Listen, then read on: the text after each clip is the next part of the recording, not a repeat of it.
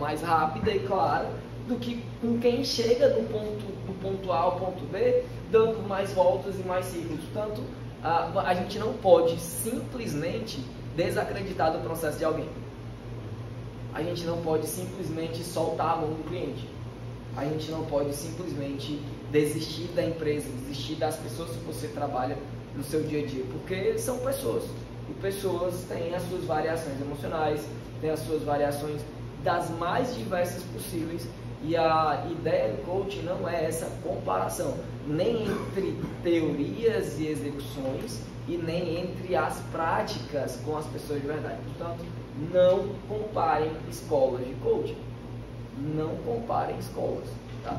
E esse movimento de comparação, que é o ônus da mídia social, ele aconteceu de 2020 para cá de forma muito evidente, e as pessoas ficam comparando qual escola é melhor. Na verdade, cada uma vai trazer os resultados daquilo que ela se compromete a trazer resultado. Afinal de contas, você também vai aprender aqui no coaching que não é o que aconteceu, mas é o que você faz com o que aconteceu. E principalmente, não é a escola que vai definir para qual caminho você vai seguir. É você que vai trilhar o seu caminho. Nesse momento, você vai ter descobertas, você vai ter ali modelações, você vai ter novos olhares, novos insights. Você vai pegar o mesmo vídeo, o mesmo filme e trazer um novo olhar, uma nova perspectiva. Porque é o que você vivenciou. Lembra do primeiro passo? Acontece primeiro em mim. Depois você evidencia no outro. Quanto tempo isso vai levar? Não sei. Lembra? Tem pessoas que vai do A ao B de forma muito rápida, tem gente que vai ter picos e vales, tem gente que vai caminhar em círculos mais vezes. Ainda no Brasil, a gente teve já 2 vezes discussões sobre a regulamentação da profissão. Vocês já chegaram em algum momento e as pessoas disseram, mas a psicologia tem regulamentação e o coach não tem, então qualquer um pode ser coach. Mas a psicanálise, e aí tentam mais uma vez comparar ciências. Gente, não dá para comparar ciências, são ciências distintas. O coaching reuniu ferramentas de várias ciências e trouxe para aplicação prática. Se essa aplicação prática, se essa aplicação prática ela vai de encontro aos valores de alguém, aí a gente não pode mudar a crença do indivíduo. O que a gente pode fazer é seguir trabalhando e fazendo aos cursos. Aqui no Brasil teve aí a tentativa dessa regulamentação por 2 vezes, não chegaram a uma conclusão, o processo está arquivado. Olhei ontem, inclusive, essa história, ainda está lá arquivado desde 2019, ninguém mais chegou a comentar nada sobre. Muita coisa aconteceu, eu acredito que aqui no Brasil a gente tem um excesso legislativo, e aí é um comentário puramente de alguém que vive isso. Tem um excesso legislativo que muitas vezes mais atrapalha do que ajuda, quando a gente está falando de vida prática, né? Faz parte da burocracia do nosso país. Ele tem 3 divisões, tem o coach, o coachee e o coaching. O coach é o técnico. Nesse caso, vocês estão sendo coachees do técnico Rondinelli. Tem o coachee, que é quem aprende, quem participa, quem está ali posicionado como cliente. E tem o coaching, que é o processo. Essa terminação, no inglês, ela indica gerúndio, continuidade. Portanto, a Paloma saiu, mas a cliente dela em um momento disse, eu não preciso mais de você. Ela vai perceber que daqui a algum outro momento ela vai precisar. Talvez não para o mesmo objetivo, mas já para outra coisa. E aí o cliente, vocês vão encontrar esse movimento do cliente que desaparece e reaparece, do cliente que busca mais uma vez, do cliente que vai se apresentar em um momento e ter uma grande evolução, e em outro momento parece que perdeu tudo aquilo que tinha conquistado, mas depois ele volta e cresce de novo, e por aí vai. Então, quando a gente está falando do processo, a gente tem essas 2 figuras culminando com essa grande ação, né? Cada cliente é único, eu já falei isso para vocês, e cada processo é próprio. Gente, lembra disso aqui, ó. São indivíduos,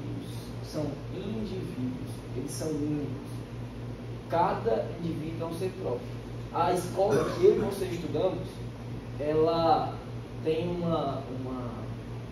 tem um problema que o Napoleão Hill evidencia ali no livro Mais Esperto que o Diabo, que a escola ela tenta coletivizar indivíduos e ela mata seus sonhos a partir disso. Porque quando você é criança, você tem a capacidade de sonhar, transformar, realizar qualquer coisa para você virar algo extraordinário, né? O Balém também faz muito isso, né? Vocês trazem essa essência de sonho e consiga realizar. Eu vejo vocês incentivando os meninos a brincarem com o que tem ali naquela festa, naquele ambiente. Então, a escola ela faz justamente o contrário. Ela diz aqui: você não pode, você não pode, você não pode, você não pode. O coaching vai trazer de volta isso para o indivíduo. Aqui você pode, você vai conseguir. Agora, não é oba-oba. Não é oba-oba. Não é você pode porque você pode voar, pula aí. E é a crença que você pode voar e você pula e morre. Porque tem coisa que é fato. Mas que você consegue falar em público independente das suas origens, você pode. E você pode aumentar os potenciais da sua empresa de ganhos, independente do quanto prejuízo você já teve, você pode. Você pode ampliar suas vendas, você pode. Você pode aprender a dizer eu te amo para sua esposa, para sua mãe, para seu pai, você pode. Você pode aprender a perdoar, pode aprender a viver com o outro, você pode. Você pode aprender a viver em família, né, amor? Aprender a viver em família naquela sociedade, mesmo no dia que você não quer. Pode. É possível. Dá trabalho, mas é possível, né? Então, as sessões elas duram de 30 a 90 minutos, vão ter sessões que vão durar menos, inclusive. Às vezes o indivíduo só quer uma luz, uma virada de chave, ele só está... E muitas vezes eu conversando com o Rodinelli, eu só falei, conversando com a Daiane, eu só falei, conversando com o Diego, eu só falei, e a minha cabeça já se organizou a partir disso. Eu disse: opa, já achei a resposta, já achei o caminho. Não necessariamente você vai precisar fazer afirmações na vida alheia. Talvez você vai precisar mais ouvir, e quando for preciso falar, pergunte. Coach como profissão, aí aqui no mundo tem milhares de profissionais, tem alguns que trabalham de forma mais evidente na mídia social. Aí você vai conhecer, vocês vão ver ali Tony Robbins, que é muito conhecido mundialmente, vocês vão ver o próprio Paulo Vieira, que é muito conhecido também, outros que são pejorativamente conhecidos, outros que são muito admirados pelo que fazem. Eu gosto muito, por exemplo, do Jorge Otto, da pegada que ele tem de execução. Tem a pessoa que mais próxima, que é sem dúvidas a que eu mais admiro de todos esses que eu acompanho, que é o Rodinelli. Eu confio verdadeiramente nessa ideia da intencionalidade, eu confio verdadeiramente nesse olhar de que as coisas podem mudar a partir do momento que eu mudo em mim, e eu venho aprendendo isso com ele.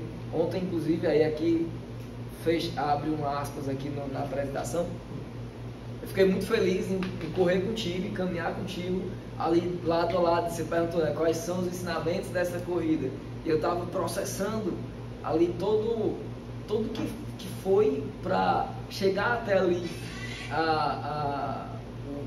o menino altivo que queria ser melhor que todo mundo, atrapalhar a vida de um monte de gente, até chegar em alguém que busca ajudar, que quer fazer algo diferente, e correr ao lado do meu ídolo, e não de idolatria, mas de alguém que eu admiro muito, e correr do teu lado e ficar perto de alguém que é real e que eu convivo, que eu olho para a família e digo assim: caraca, eu quero isso na minha vida, eu quero chegar mais perto, estar mais perto. Então ontem não tive aprendizado para dizer para o outro, só tive aprendizado para dizer para mim. E aqui não estava programada essa parte, você já percebeu. Muito obrigado, eu fico realmente muito feliz. Estava programada nessa parte. Estou com uma de chorar, não sabe, já perdi de Nazaré. Como não estava programado, é cheio de significado mesmo, né? Quando eu estava vendo o vídeo, eu não sou um cara emocionado, não sou emocionado de jeito nenhum, eu não falo nada emocionado, dificilmente eu falo emocionado. Quando eu estava vendo o vídeo, eu vi que a gente estava no mesmo passo, literalmente no mesmo passo, na mesma postura, e eu disse assim: Deus, tem alguma coisa aqui que eu não sei o que é, mas tem alguma coisa aqui. Então, obrigado pela companhia também. Você é um cara cheio de inteligência, cheio de capacidade. E ele me ajudou e eu entrei nessa de gravar vídeo falando, não faço nem isso. É muito cansativo isso. E ele pegou e disse, não, eu te ajudo e tal. E teve uma hora que ele é cheio de coisa pra dar, né, também. Na hora que eu falei, bora falar alguma coisa também, ele disse, não tem nada pra falar. Aí segura. Então fecha aspas para continuar. Vamos voltar para a apresentação. Então, atenção, o processo de coaching não pode ser confundido com psicoterapia, terapia, mentoria. Não pode. Você pode utilizar, um terapeuta pode utilizar as ferramentas do coaching.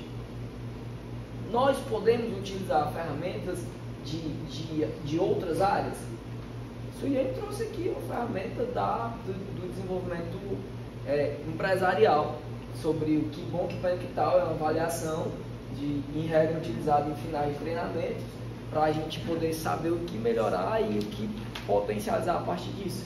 Podemos, mas nós precisamos compreender que o processo de coaching é pautado no indivíduo e na ação, daqui para frente, e o indivíduo é quem vai saber das suas próprias capacidades. Ainda que eu veja nele algo extraordinário, ele precisa perceber isso, leve o tempo que for. Então, a gente precisa estar atento a isso. Ainda que possa ser utilizado em qualquer área da vida, existem aí duas áreas bem específicas, que é o Life Coach e o Business Coach. No Life Coach, eu atendo o indivíduo, e no Life Coach você ainda tem uma outra perspectiva, que é o self-coach, coach comigo. Eu acredito muito daí que o processo começa no self-coach, no auto-coach, no conhecer a mim mesmo, né, Fábio? Acho que no final das contas a gente vai todos chegar no mesmo caminho, se não muito parecido. Aprendi primeiro sobre mim, depois eu aprendi sobre o outro. Principalmente quando a gente está atendendo e o cliente vai falando, aí você diz, vixe, ele está falando de mim, ele é meu conhecido, ele está falando de mim. Então a gente vai ter aí, primeiro, dentro do coaching, a gente tem essas duas divisões, né? O Life Coach, coach de vida, e o Business Coach, coach empresarial. E aí, dentro dessas divisões, a gente tem ali o Auto Coaching e também o coaching para grupos, que é um caso, por exemplo, da Academia de Mudanças. Detalhe, ainda que nós estejamos vendo um coaching grupo, a gente precisa atentar para individualidades. O benefício do coaching, eu acho que eu trouxe aqui texto por causa do momento, mas o principal benefício do coaching, sem dúvida, são as relações desenvolvidas, são os aprendizados, o mergulho em si mesmo, o olhar para o outro com mais compaixão, com mais cuidado. Atenção, se você tiver no processo de desenvolvimento de coaching e olhar para o outro com um olhar de julgamento, você precisa dar um passinho a mais para trás e começar a olhar para si com compaixão. Você ainda não conseguiu olhar para o outro com compaixão, é porque você ainda não olhou para você mesmo com compaixão. É preciso ter esse passo. O coaching não é feito para julgar o outro. O coaching é feito para ajudar o outro, quando ele quer ser ajudado pelo coaching. Isso é outro detalhe. Jones falou, Renan falou, ali abriram as portas, eu vou comentar sobre, porque eu também vivenciei isso, de querer transformar tudo em pergunta e querer, de alguma forma, acredito que até involuntária, não estava querendo machucar ninguém.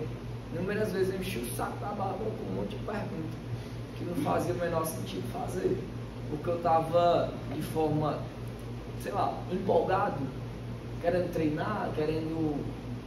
treinar o cérebro para fazer perguntas. Ele estava deixando de ser o Max, para ser o Max El Castro. Aí não é legal, não é bom para ninguém, né? Diego já balançou a cabeça. Não é bom para ninguém. Então a gente precisa ter essa clareza de que o coaching é feito para ajudar quem quer ser ajudado por ele. Tem gente que não quer, Jones. Tem gente que está bem demais onde está. Ah, mas é só isso que você quer para a sua vida. Você pode uma pessoa, eu estou nem aí por mais. Eu não estou nem aí por mais, eu quero isso aqui é o que está para mim e acabou. Vai ter profissional que vai trabalhar contigo que o cara vai dizer assim, eu quero ser auxiliar. Não quero ser marceneiro. Não quero liderar a equipe, eu quero só apertar o parafuso. Tem algum problema nisso? Não, desde que nós não vejamos problema nisso, né, como profissional. Então, para mim, a principal aprendizado, a principal ferramenta que eu trago para mim é justamente esse olhar com compaixão para mim mesmo. Os livros, a gente teve ali um estímulo para ler 7 livros e comentar sobre eles. 7 hábitos das pessoas altamente eficazes, você pode curar sua vida, mais perto do diabo, florescer e poliana. Cada um desses livros trazem aprendizados distintos e práticas distintas, mas que caminham no mesmo olhar. Olhe para dentro, olhe para dentro, olhe para dentro, olhe para dentro, o tempo todo. Aqui, o Stephen Curry, ele vai trazer a ideia de 7 hábitos, 7 práticas na vida. É um livro bem denso, muito bom. 7 práticas na vida que vão fazer você primeiro olhar para dentro, depois olhar para o próximo. Spoiler, ele encerra o livro falando sobre afiar o machado, e ele considera o hábito mais importante. E esse olhar de afiar o machado, de olhar para dentro, de primeiro treinar, primeiro conhecer, primeiro trazer luz, eu poderia aqui trazer uma ideia eclesiástica, bíblica, de que antes de dar qualquer outro passo, Deus separou a luz das trevas. Primeiro ele trouxe luz, primeiro ele teve que olhar, para depois ele continuar fazendo. No coaching é a mesma coisa. A gente primeiro traz luz, conhece, pergunta. Essa capacidade de fazer perguntas certas, ela é tão absurda que todas as respostas estão no Google, no chat GPT. Quer fazer uma campanha no Instagram? Bota lá, campanha para o Instagram de 10 vídeos sobre o tema gráfico. Vai aparecer uma campanha com 10. Pergunta certa. Pergunta certa. A gente precisa. Qual é a pergunta certa que eu preciso fazer? E é difícil. Fazer a pergunta certa é difícil. Todas as respostas estão aí, no universo. A pergunta certa, Lina, é que é o difícil. Você pode curar a sua vida. A Louise Hay, ela traz o conceito que, quando eu comecei a ler o livro, eu fiquei embaraçado, porque ela diz que tudo na sua vida é responsabilidade dos seus pensamentos. E ela diz: o seu pai, a sua mãe, o esposo que você tem, o que vier a ter, fruto dos seus pensamentos. E eu falei: mas eu não estava lá quando eu escolhi meu pai, quando eu escolhi não ter a convivência com. Como é que eu faço com isso? E aí ela vai evidenciando, aí ela tem outras crenças sobre a vida dela. Você vai ler o livro e vai descobrir o que é que ela fala isso. Mas a verdade é que ela está dizendo: não é o que fizeram com você, é o que você faz com o que fizeram com você que faz a diferença. Ela evidencia isso de forma muito clara. Traga para dentro, assuma a responsabilidade e faça acontecer. Eu uso um exemplo para trazer clareza para isso, que é em relação a uma... imagina que você está em casa no dia de domingo, para a gente diferenciar culpa e responsabilidade. Você está em casa no dia de domingo, padrão propaganda da Quali, e aí todo mundo feliz tomando um suco amarelo, que eu desconfio que seja de maracujá, pode ser de laranja, pode ser de cajá. E aí a campainha toca e de repente na sua porta agora você abriu, tá todo mundo lá feliz, o cenário continua lindo, todo mundo planejando ir para a praia de sol. Você abre a porta, não vê nada no seu horizonte, mas olha para baixo, tem uma criança. Você tem culpa dessa criança estar ali? Mas a partir de agora você tem a responsabilidade. Você vai ter que saber o que fazer, assim como com as nossas emoções. O dia continua lá, tá tudo externo, tá lindo, mas agora, com as minhas emoções, eu tenho a responsabilidade de saber o que fazer. Talvez eu não pedi pela buzinada, nem pela trancada no trânsito, nem pelo grito do pessoal do trabalho. Eu não pedi ninguém para me chamar de responsável. Mas a partir do momento que isso aconteceu, Jones, eu tenho a necessidade de assumir a responsabilidade por isso. E aí, ou eu trago o significado para mim e mergulho nessa negatividade, ou encontro algo bom nisso. Não é ficar olhando para a vida com floreios, mas a ideia: aconteceu a parada, tá ruim desse jeito, mas eu vou ter que dar um jeito de melhorar, pelo menos ficar menos ruim, sair um pouco da inundação, tá? Mais esperto que o diabo, Napoleão Hill traz ali, a Paulo falou bem, sobre alienação, ele fala que a vida tem um ritmo hipnótico e que é natural, as coisas se encaixam naturalmente, e quando você menos percebe, a vida passou. Ele é atrevido em dizer que o diabo controla 98% das mentes humanas e que só 2% é verdadeiramente livre. Espero que a gente caminhe para essa liberdade permanentemente, porque eu vou te dizer, meu irmão, ser controlado pela coisa ruim, pela oposição, como ele chama lá, né? Ele chama Deus de oposição, eu vou chamar ele de oposição. Então, no livro, Napoleão Hill vai trazer essa ideia do ritmo hipnótico da natureza, que a gente precisa não fugir do ritmo hipnótico, mas trazer um ritmo em que nós sejamos os governadores desse ritmo, né? Então ele traz a ideia de que a vida vai te envolver em problemas, mas que nesses problemas você precisa, vou falar a minha palavra favorita, que é protagonista. Você precisa aprender a ser protagonista e gerenciar esse ritmo hipnótico a seu favor. É isso que ele traz para mim ali no livro do Mais Esperto do Diabo. Florescer o Martin Seligman.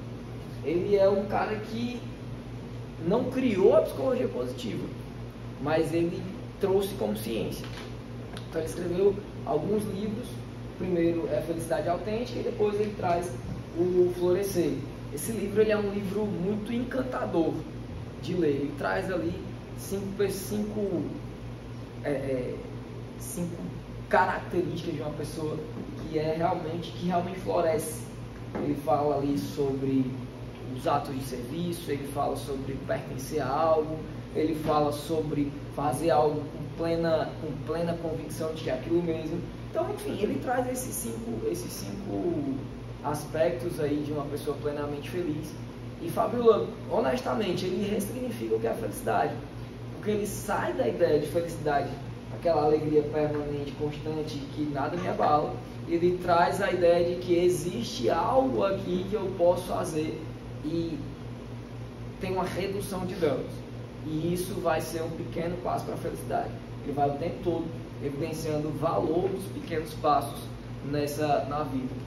A Poliana, eu fiquei chateado lendo a Poliana, porque primeiro eu não concordo com o olhar dela sobre a vida. A Poliana, ela é uma menina que, quando eu estava lendo, o livro é envolvente, ele traz a menina saltitante, feliz o tempo todo, e eu não sei se a vida funciona assim. Eu costumo dizer que a vida talvez tenha mais dias cinzentos do que dias coloridos. E aí, isso é uma... Cresce, que eu repreendo. Mas depois, calma, mesmo depois lendo o livro e entendendo por que ela falou sobre o jogo do contente, aí eu lembrei do ensinamento cristão, em tudo dai graças, em tudo dai graças. O que a Poliana faz para mim é uma pregação dizendo em tudo dai graças, em tudo dai graças, em tudo dai graças. Porque ela olha e diz assim, eu queria ganhar uma boneca, mas eu não ganho uma boneca, eu ganho uma muleta. Pelo menos eu posso trazer uma nova visão para essa boneca. Eu não preciso dessa muleta porque eu tenho minhas pernas. Olha que coisa contente. Posso ficar contente porque eu não preciso usar a muleta, eu tenho minhas pernas. Ainda que eu não tenha ganhado a boneca, eu não preciso da muleta para a finalidade que ela foi pensada. Então, ela vai em todos os momentos do livro evidenciar isso. É possível encontrar um motivo para gratidão. Você já encontrou a pessoa que reclama o tempo todo, você não quer conviver com ela. Você não quer conviver com ela. Tem gente que passa o tempo inteiro reclamando que está doendo, porque está com problema, porque não tem dinheiro. E aí ela aprendeu a vida inteira, conectando a Poliana como você pode curar a sua vida. A pessoa que reclama o tempo inteiro aprendeu que ela pode ganhar atenção com a reclamação. Tudo que ela mais precisa é de um bom ouvinte. Então ela começa a reclamar e tudo dói, tudo está ruim, porque tem alguém que escuta. E tendo alguém que escuta, ela pode para sempre ficar ali vivendo nesse looping de problema. Ela ganhou justamente aquilo que ela gostaria de ganhar, atenção, né? A série Desejos, cara, eu não consegui assistir a série inteira, sentar e assistir vários episódios. Eu precisava sentar, assistir um episódio, em alguns deles chorar bem muito, aí em outros rir, em outros ficar com raiva dos personagens, em outros assim ser ferozmente confrontado pelo que eles estavam ali batendo. Não preciso dizer que o Randall é o que mais bate em mim, por causa da história que ele vivenciou de abandono, negação, rejeição. Ou seria uma história de amor, de cuidado, de acolhimento? Depende da sua crença. Então você vai assistir a série e vai conseguir se identificar com alguém, com certeza, porque é uma série que traz evidência a várias discussões. Ela vai trazer discussões sobre racismo, sobre sobrepeso, sobre aceitação, sobre vícios, sobre homoafetividade, sobre crenças culturais. Ela vai trazer discussões globais e que impactam a nossa vida o tempo todo, individualmente e coletivamente. O personagem que mais me afetou diretamente, por óbvio, foi o Randall, porque ele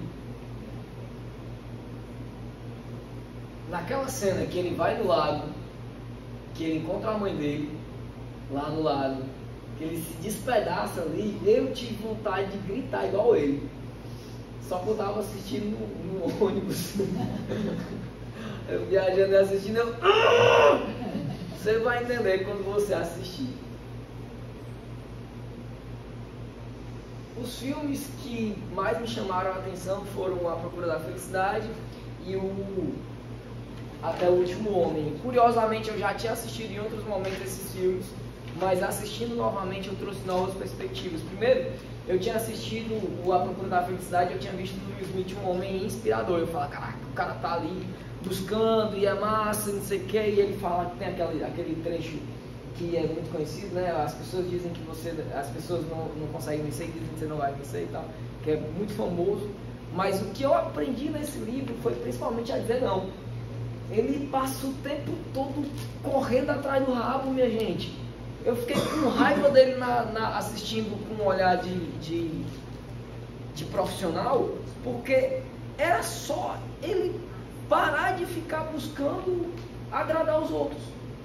Era só ele aprender a dizer não, que ele conseguiria, como conseguiu mais ali no final, que nada mais deu certo, ele cansou de ser bonzinho, aí ele consegue iniciar a vida dele como corredor, mas ele precisava parar de dizer não.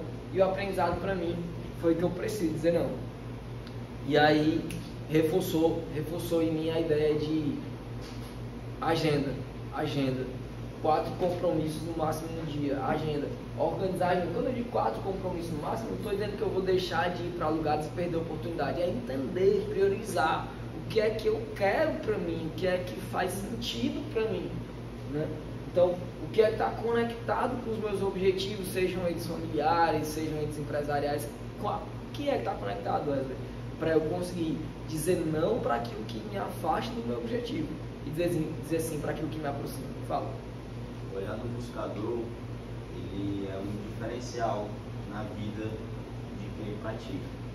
Eu levei um amigo por resoluções e ele disse que não gostou e ele passou um tempo sem falar comigo, porque ele disse com essas palavras: como é que tu me leva para um treinamento onde eu vou aprender a dizer não?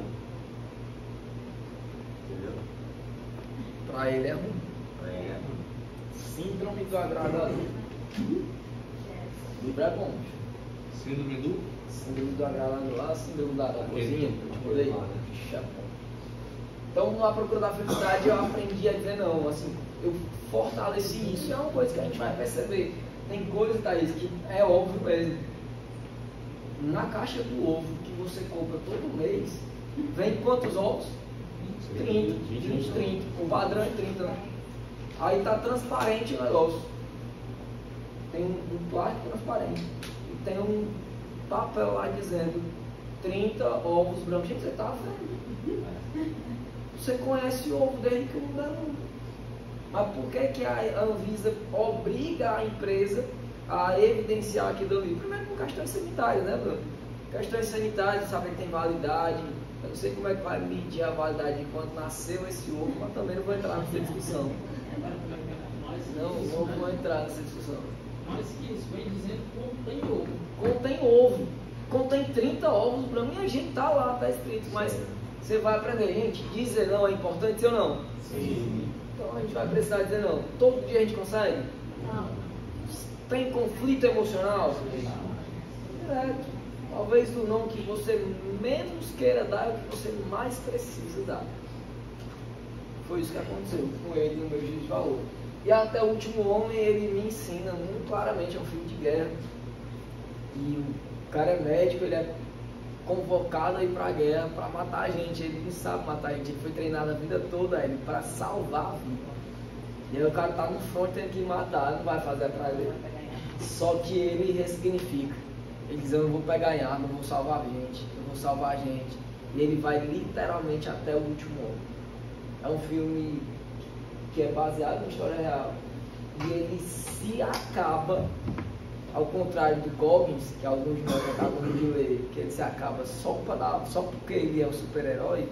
O personagem aqui, o protagonista aqui, ele se acaba para salvar a vida do outro. Ele entrega tudo que ele tem para salvar as últimas vidas. O aprendizado que eu trouxe é que não importa quantas pessoas serão atingidas, uma vida tocada é uma geração transformada. Ele salvou o pai de alguém, ele salvou o esposo de alguém, ele salvou o melhor amigo de alguém, ele salvou o irmão de alguém. E a partir disso, o filho de alguém. E a partir disso, desse salvamento, toda uma geração, a partir dali, foi transformada. Por onde eu for, o que eu tiver que fazer, vou fazer até o último ano. Eu atendi 5 clientes no processo, 5 clientes gratuitos. Alguns desistiram na segunda sessão, outros desistiram na terceira, quarta e quinta. Fui abandonado por um cliente, até hoje não me respondeu, faz parte do show da vida. Faz parte do show da vida, ficou envergonhado. Não, só me abandonou mesmo. Mas ser abandonado por um cliente é muito fácil para mim, é muito tranquilo. É o de menos. É moleza demais. Tiveram 2 clientes que deram início e continuidade ao processo. Primeiro, ele entrou muito confuso, ele era um cliente que não conhece esse mundo. Não conhece esse mundo, ele está aleatório, ele está nos 98%. E aí eu trouxe para esse mundo e a primeira sessão levou 2 horas. Ele conseguiu enrolar até que chegou a hora que ele disse, meu irmão, a gente precisa definir um objetivo. E aí ele caminhou com alguns objetivos de financeiros, outros objetivos pessoais, mas a grande verdade é que ele não sabia o que queria da vida. E a gente foi caminhando, até que ele conseguiu trazer clareza para o que ele queria da vida. E ele está no processo de emagrecimento, um dos objetivos. Está no processo financeiro, o bicho está vendendo até os tênis dele, tudo que ele tem para vender ele vende. Ele tem empresa que é de brinquedos, aluguel de brinquedos, e o bicho botava uma foto uma vez na vida. Agora ele bota foto todo dia, todo grupo onde ele está, ele fala dos brinquedos, ele, todo mundo lembra que ele aluga brinquedo agora. E ele tinha um sonho de montar um box de crossfit. Ele é profissional de educação física, ele é coach de crossfit profissional. O bicho gastou rios de dinheiro e ficou inventando problema, porque eu preciso da barra de 22 quilos para colocar anilha, não sei de onde. E aí num dos encontros, numa das sessões, a gente chegou à conclusão de que ele faria um treino para mim. E aí eu faz um treino aí de 7 dias para mim com o que tu tem na tua casa. Ele fez o treino de 7 dias, eu anotei o treino inteiro. E aí acabou a sessão e disse, pronto, o cliente do seu treino é você. Se você conseguir treinar você com esses aparelhos que tem em casa, você consegue treinar qualquer pessoa. Que bom. E ele fez, e ele está recebendo pessoas e ganhando dinheiro. E, inclusive essa semana ele postou que estava um cara que trabalha com ferragens, com essas coisas, fazendo o rack lá, uma gaiola, que ele vai fazer um quadrado lá, que ele mesmo desenhou. Enfim, o bicho tá seguindo, postou todos os dias os treinos e está seguindo. O outro cliente, ele tinha o desejo do treino, que ele fala, equilíbrio de corpo, mente e alma. E aí ele, nessa busca, teve momentos de declínio, um momento em que ele entrou como alcoólico, num dos momentos, mas ele conseguiu olhar com compaixão e segue correndo, segue treinando de madrugada, aí segue trabalhando com as vendas que ele trabalha. É um cara que aparentemente é muito consciente daquilo que está fazendo, ainda que em alguns momentos eu vejo ele meio perdido. É um cara que segue caminhando. E outro que está mais perto também segue na mesma linha, emagrecimento da busca, perdeu 12 quilos, não só no acompanhamento comigo, mas pediu ajuda de outras pessoas, foi seguindo, tem dado certo. Eu criei duas ferramentas, ou melhor, eu adaptei duas ferramentas. No livro dos 7 hábitos das pessoas altamente eficazes, ele fala sobre a zona de proatividade. Ele fala que uma das ideias é ser proativo. Só que a proatividade dele é uma proatividade que, na verdade, é essa autorresponsabilidade. Ele trouxe outro nome. E aí, ele complica muito as coisas, ele passa um capítulo complicando o que seria isso. Talvez eu trouxe de uma forma mais simplificada. Basicamente, eu quero que você evidencie algumas características que você tem de positivas que mobilizam você. E elucide problemas externos que podem matar essas características. Seria parecido com um SWOT.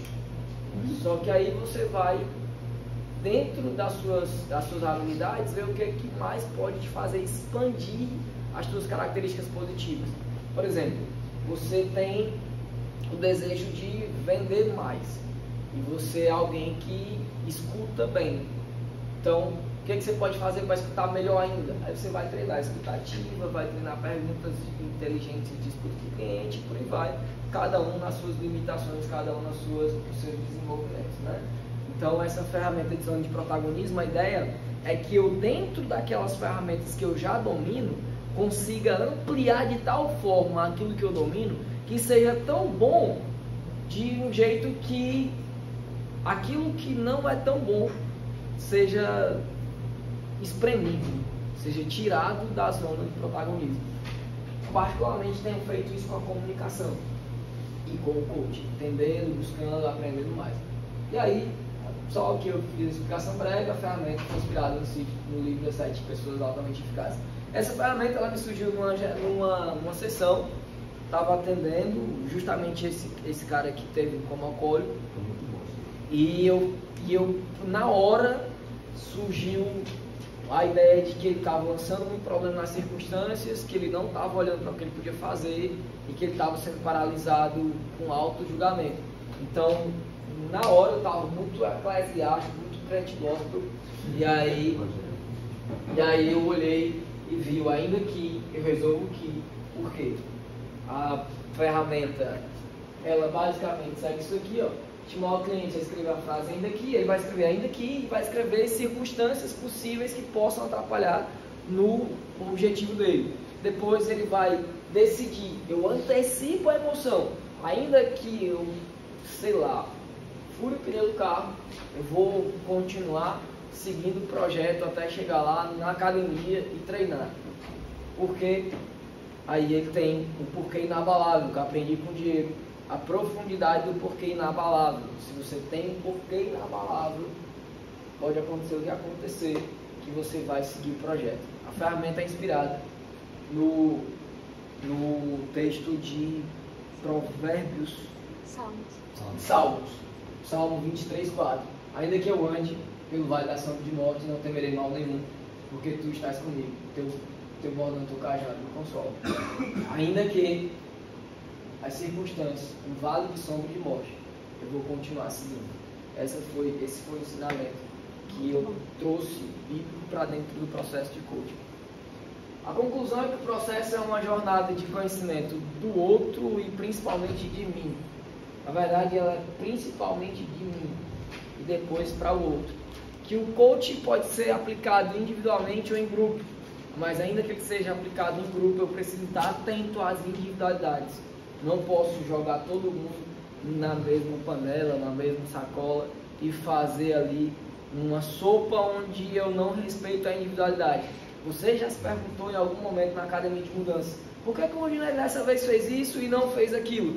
Por que que agora ele colocou tal sessão e não colocou tal sessão?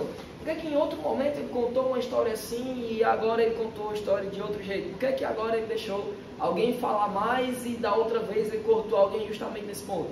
Você vai entender durante a caminhada que ele faz isso porque ele tem um olhar muito clínico já, um olhar muito treinado, um olhar muito treinado para saber que naquele grupo há indivíduos que um precisa falar mais, que o outro precisa soltar mais. Eu lembrei do dia que eu estava na minha academia de mudança como coach e eu disse, eu queria chamar para fazer uma oração, porque aqui é um processo de libertação, não. Aquilo ali me marcou de uma forma e eu sei que você sabia que eu precisava daqueles 2 minutos para eu me liberar daquela forma. E aí eu vim entender agora por que isso acontece, porque o olhar treinado faz o coach olhar para o time que ele está treinando e perceber as individualidades de cada um. Esse é o nosso trabalho. Esse é o nosso trabalho. É preciso maturidade, é preciso humildade, é preciso vulnerabilidade para lidar com esse processo. Não dá para trazer para o coaching os seus escudos. Se você tem escudos, joga fora dessa porta para dentro, aqui é seguro. A Brené Brown, ela bate muito em mim quando ela fala de vulnerabilidade. Ser vulnerável para mim dói, mas essas dores da vulnerabilidade fazem sair do ponto A ao ponto B. Faz sentido, né? Analogicamente, o processo é como uma reforma. O processo de coaching é como uma reforma. Está tudo pronto e preparado. Assim, uma bagunça doideirinha. Essas são nossas emoções, essas são nossas atitudes. Na vida inteira. E o processo de coaching vai fazer a gente colocar essas coisas no devido lugar. E finalmente sair do ponto A para o ponto B, que talvez nem seja o ponto A que eu tinha imaginado inicialmente, nem tão pouco o ponto B que eu tinha imaginado inicialmente. A gente vai ser preciso ter jogo de cintura para se desfazer de quem eu sou, para acolher um novo eu. Ele estava falando sobre novos olhares para a igreja, novas resoluções, é isso.